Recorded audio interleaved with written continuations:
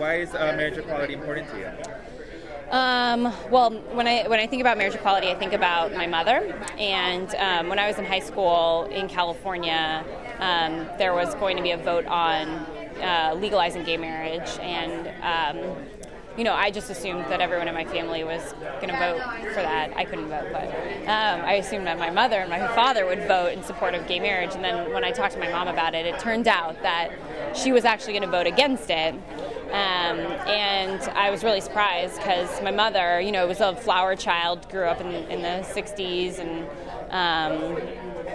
considered herself to be pretty progressively left. In fact, I remember actually once I asked her what her politics were, was she a Democrat or Republican, she said, I'm a radical leftist. And so it's like that's how I saw my mother, and to hear her say something like that she was going to vote against gay marriage, and to hear that she was against gay marriage, I was really surprised by that.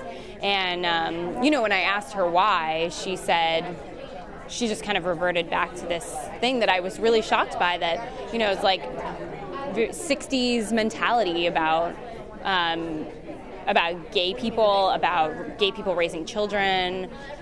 She said, it'd be really hard for children to be raised in that environment, and I'm not sure that it's safe for children.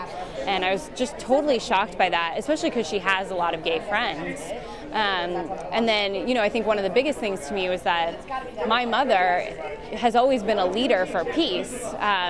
She organizes these weekly meetings for peace out of my dad's office. My dad's an acupuncturist. They basically center their lives. She goes to Zen centers all the time, and they're always talking about compassion.